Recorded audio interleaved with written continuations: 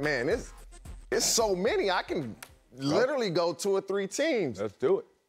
But I would say my favorite would be the Bengals addressing that offensive line. But I believe the best would be the Chargers getting Khalil Mack and J.C. Jackson. Okay.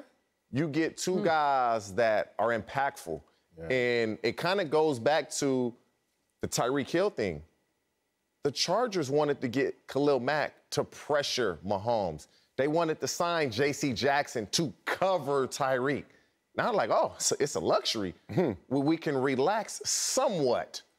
But what the Chargers have done on the defensive side of the ball, hopefully, Brandon, I've said this a ton of times, Brandon Staley, he coaching in the league like I play Madden. No repercussions or consequences, just play. And so I like what the Bengals have done because they've addressed the need. Huge offense. You get Lyle Collins, Alex Kappa.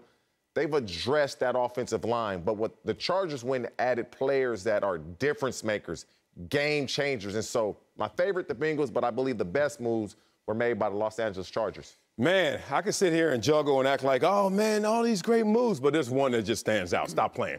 Deshaun Watson to the Cleveland Browns is obviously the best move so far this offseason. Let me tell you why.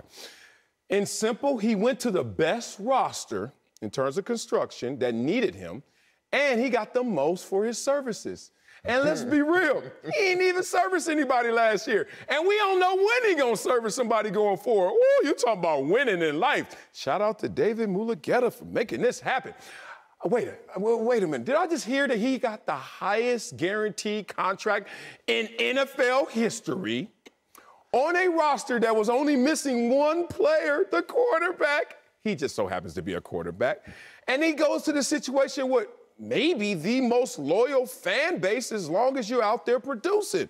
Oh, Deshaun Watson won. I could be up here like TJ and be a homer and start talking about the Bengals like he did, or me, the Chargers.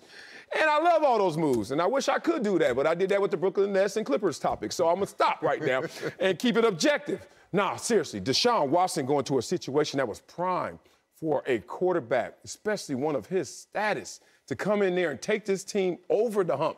Forget just making the playoffs Baker Mayfield style. Let's go deep in there. Let's figure this out. In the same division that Cincinnati went from rags to riches, why not Deshaun Watson in the Cleveland Browns? Yeah, TJ, I'm going to give you credit. You broke form. I thought for sure there'd be a wide receiver involved in your favorite move, and the fact that it wasn't, I give you kudos for that. And Marcellus, I love you too because you stayed absolutely true to form.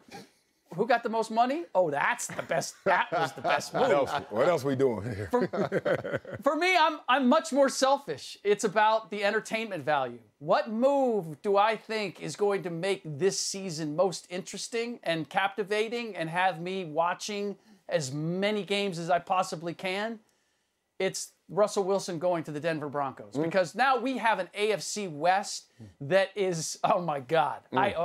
Somehow you got to watch every single game of every single team in that division every single weekend because you've got a murderer's row of quarterbacks and teams that are capable on some level of vying for the division title.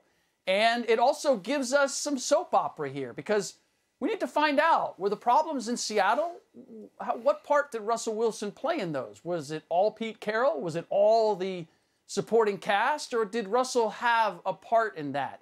We're going to get to find that out too. So in much the same way when Tom Brady left New England and we were keeping an eye on, okay, what's Bill Belichick doing with those New England Patriots?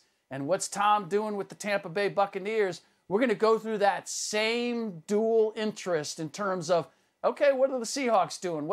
How's Pete Carroll making up for the absence of Russell Wilson? And is Russell Wilson really capable of taking this Denver Broncos team to the promised land?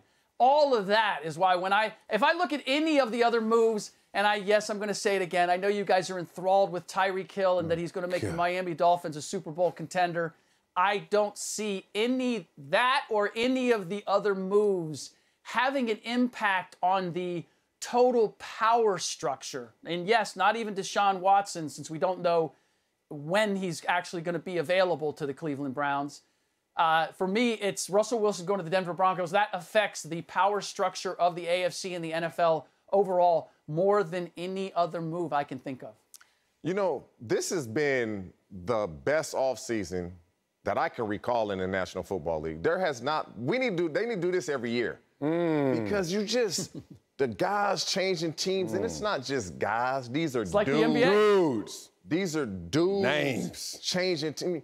You get Devontae Adams going to the Raiders, Chandler Jones to the Raiders. Oh. You get Tyreek Hill to the Dolphins and Teron Armstead to the, the moves that have been made, and it's what you said, the AFC West is going to be very competitive.